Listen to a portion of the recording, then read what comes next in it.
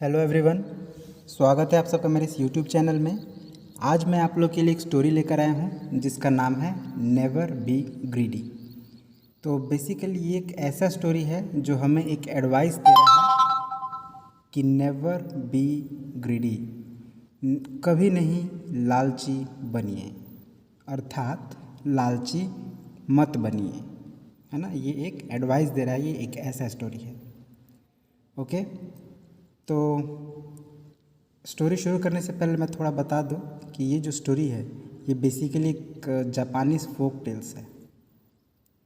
ठीक है, Japanese folk tales. देखिए, फोक मतलब होता है लोक, मतलब लोगों को इंग्लिश में फोक भी कहते हैं, और टेल्स मतलब कहानियाँ, मतलब लोक कहानियाँ, लोक कथाएँ, है ना। तो ये लोक कथाएँ हैं जापान की। जापान के लोग इस कहानियों को कहते हैं। ठीक है, तो ये इसका मतलब हुआ, फोक टेल्स का मतलब हुआ। ओके, तो आइए हम लोग इस कहानी को पढ़ते हैं, समझते हैं और इस कहानी से कुछ सीखते हैं। ओके, थोड़ा सा बड़ा कर लेते हैं स्क्रीन को ताकि आप लोग को अच्छे से दिखाई दे। Okay, so high up among the mountains of Japan, Japan के पहाड़ों के बीच, हाई अप ऊंचाई पर, है ना। हाई अप मीन्स ऊंचाई पर, एमंग का मतलब होता है के बीच में, है ना। पहाड़ों के बीच, जापान के पहाड़ों के बीच में ऊंचाई पर, once there lived an old man. Once मतलब एक बार एक बूढ़ा आदमी रहता था, और ये जो देयर है वो इंट्रोडक्टरी देयर है। इसका मतलब होता है कि जब भी हम लोग किसी स्टोरी में किसी का इंट्रोडक्शन कराते हैं तो इसका यूज़ करते हैं, और मैं आप लोग को लगभग हर स्टोरी में इसके बारे में बताता हूँ, तो मैं ज़्यादा इसके बारे में नहीं बोलूँगा, बस ये जान लीजिए कि this is an introductory there. Once there lived an old man, एक बार एक बूढ़ा आदमी रहता था। He was not happy because his wife was older than him. कहता है he was not happy. Not happy means खुश नहीं था, वह खुश नहीं था। क्यों नहीं था? बिकॉज क्योंकि हिज वाइफ उसकी पत्नी वाज ओल्डर देन हिम, उससे उम्र में बड़ी थी,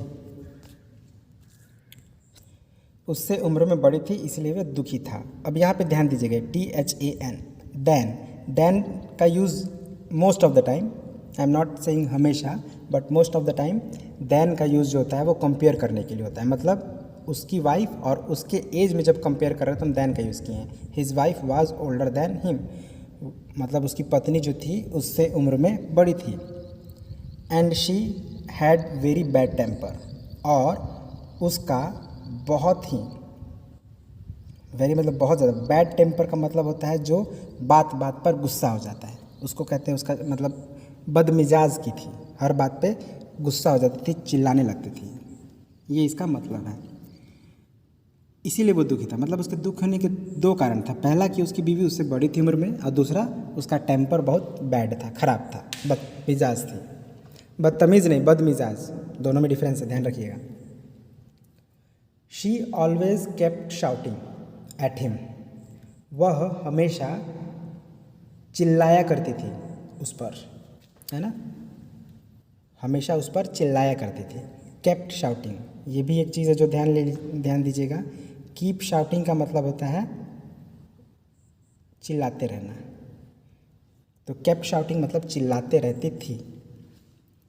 at him the poor man had only one friend. अब ये पुअर मैन, यहाँ पुअर का मतलब गरीब नहीं है, बेचारा आदमी, है ना, क्योंकि उसकी बीवी अच्छी थी नहीं, हमेशा चिल्लाते रहती थी, तो वो बेचारा हो गया था। तो वो बेचारा जो था आदमी, हैड ओनली वन फ्रेंड, उसको सिर्फ एक, ओनली वन फ्रेंड था। हैड यूज़ करते हम लोग जब किसी के पास कोई चीज़ होता है तो उसके लिए, तो हैड मतलब था उसके पास।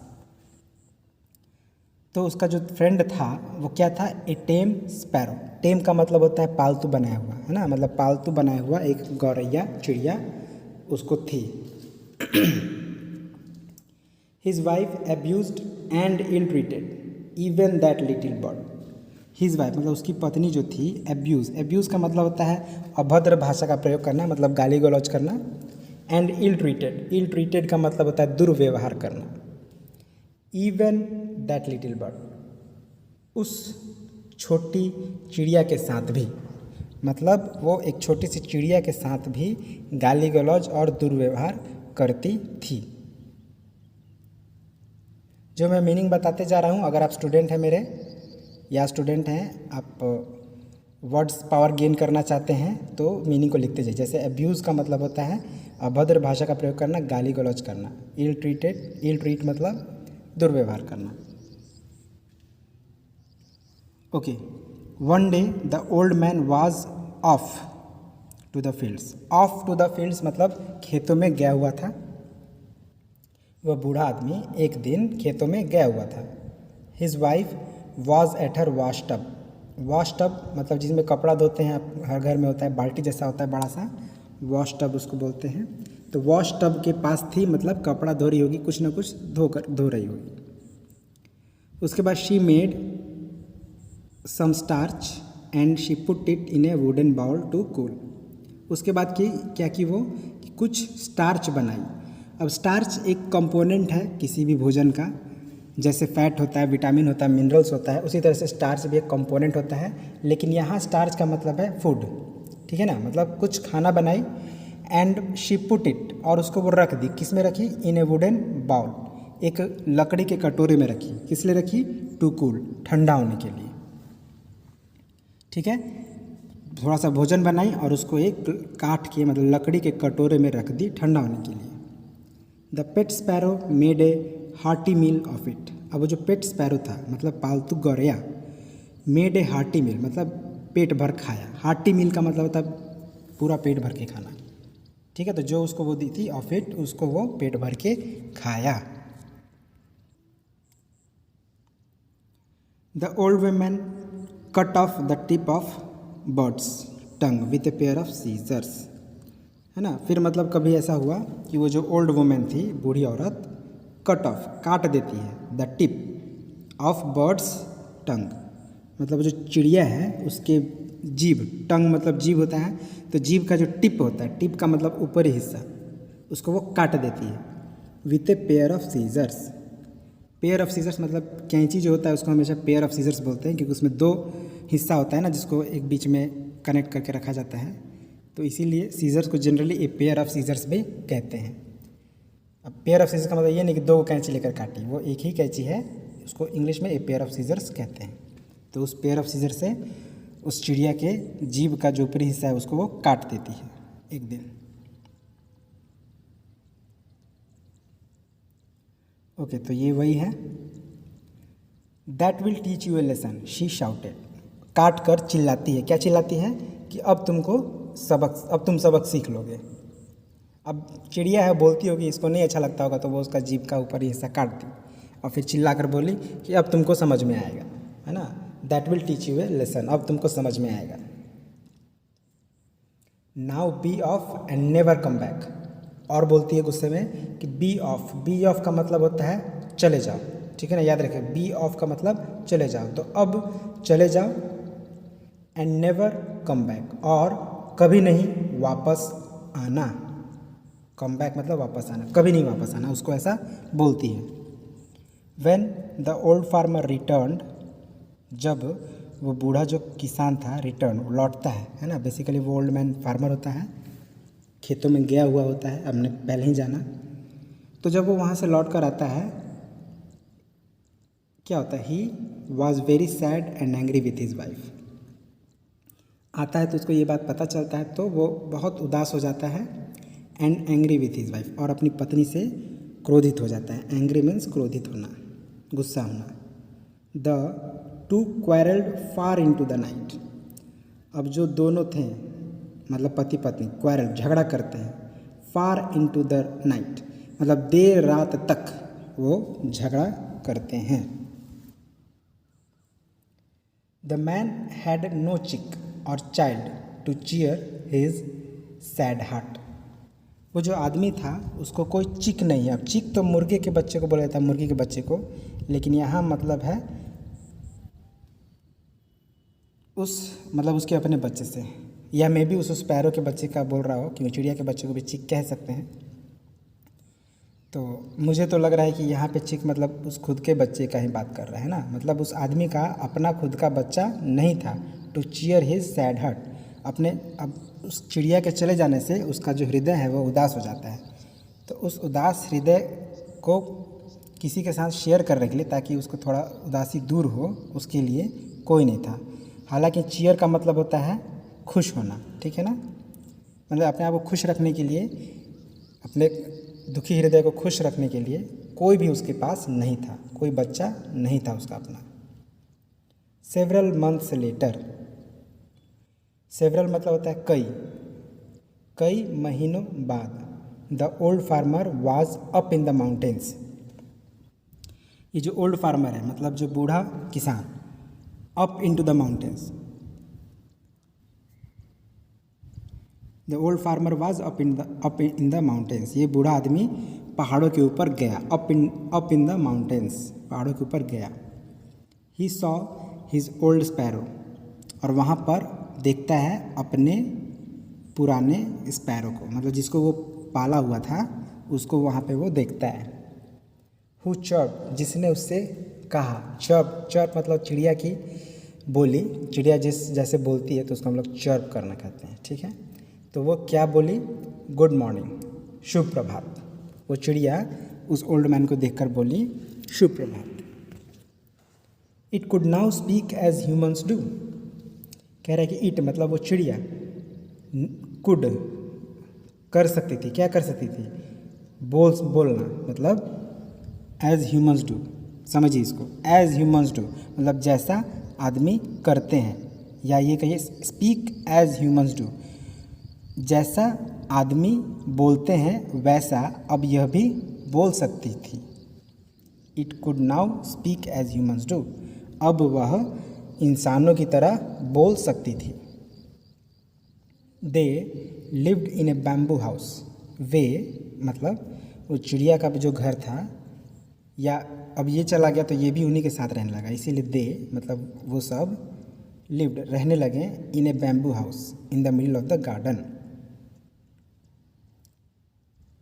फिर से समझते हैं, दे मतलब वे, चिड़िया जिनके साथ रहती होगी वे सभी लिव्ड रहते थे इन ए बैम्बू हाउस, एक बांस के घर में, in the middle of the garden, garden मतलब बगीचे के बीच में, बगीचे के बीच में बैम्बू हाउस में मतलब बांस का घर में वे रहते थे।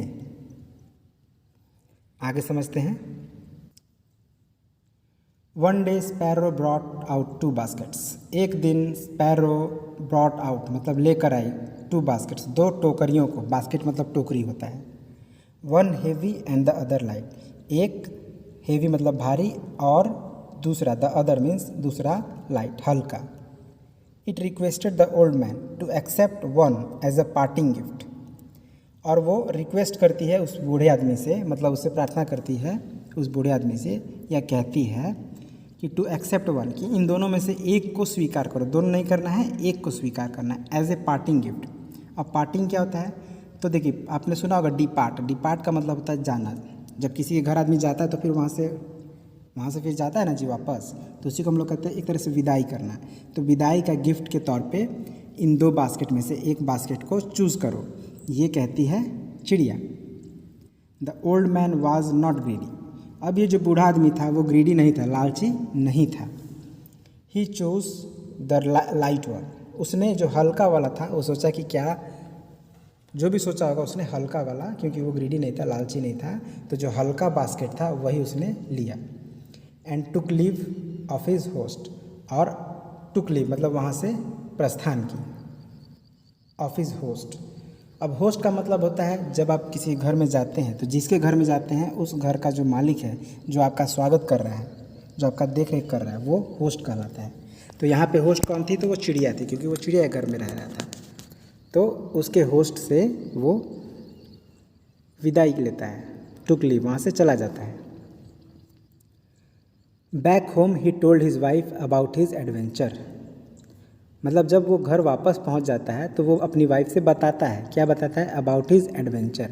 एडवेंचर का मतलब होता है वही, जब हम लोग घर से दूर कहीं जाते हैं तो जो भी हमारे साथ कुछ भी होता है उसको एडवेंचर कहा जाता है। अब यहाँ पे कोई एडवेंचर वाला बात है नहीं, सिंपल। तो वो माउंटेन में ऐसा तो नहीं कि आराम से चला गया होगा, उसको थोड़ा कुछ ना कुछ ब्रेवफुल वर्क करना पड़ा होगा, तो इसीलिए एडवेंचर। एडवेंचर का मतलब होता है साहसी भरा कार्य।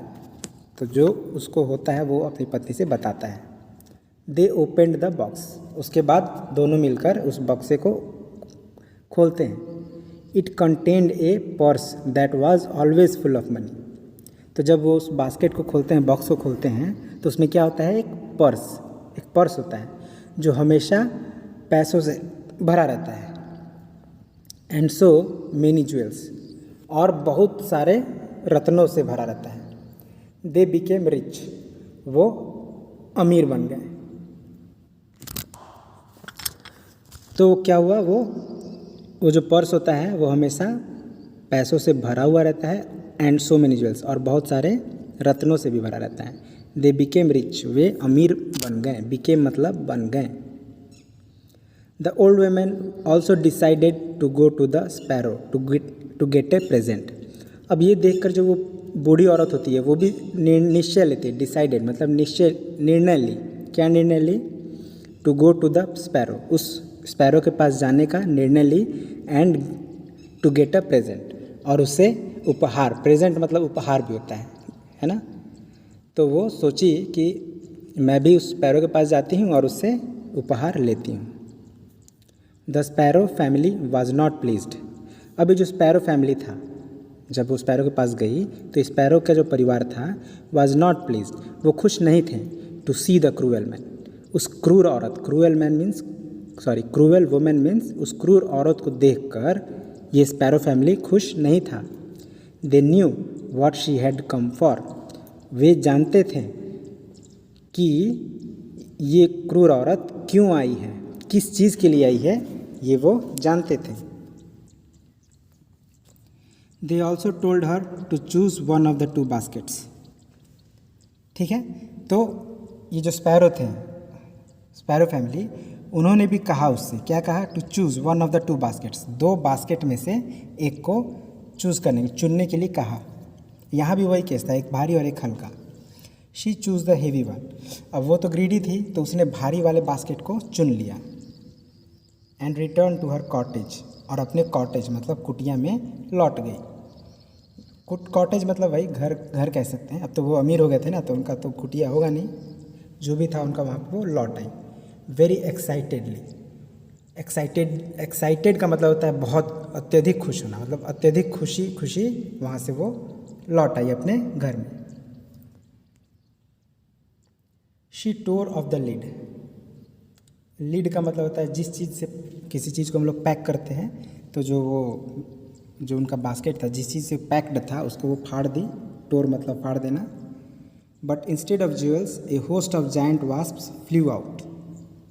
लेकिन वो सोच रही थी कि ज्वेल्स मिलेंगे, लेकिन ज्वेल्स के बदले में, है ना, इंस्टेड ऑफ ज्वेल्स के बदले में क्या मिला? A host of giant wasps. Giant मतलब बड़ी बड़ी वास्प होता है, वो जो पीले कलर का आप देखे होंगे, एक पीले कलर का जिसको हम लोग हमारी भाषा में वो पीले कलर का होता है, काटता है जैसे मधुमक्खी जैसा होता है पीला कलर का, तो उसको वास्प कहा जाता है। तो जायंट वास्प, जायंट मतलब बहुत बड़ा, है ना। वास्प जनरली छोटे छोटे होते हैं, और वो बहुत बड़े बड़े वास्प थे। तो उनका ए होस्ट ऑफ जायंट वास्प मतलब उनका एक ग्रुप, बहुत सारे जायंट वास्प्स उसमें से निकले। फ्लू आउट, और वहाँ से बाहर उड़े। एंड स्टंग हर, और उसको काट दिए, मतलब डंक मार दिए। स्टिंग मतलब होता है डंक मारना। शी डाइड, इससे वो मर गई। The old farmer a wealthy widower adopted a son. अब ये जो ओल्ड फार्मर था, पुराना किसान, ए वेल्दी विडोवर, जो कि एक वेल्दी मतलब अमीर, विडोवर हो गया था। विडोवर का मतलब होता है वो पति जिसकी पत्नी मर गई हो। तो ये तो मर गई थी ना यहाँ पे, तो ये विडोवर हो गया। एक वेल्दी विडोवर हो गया मतलब धनी विडोवर हो गया।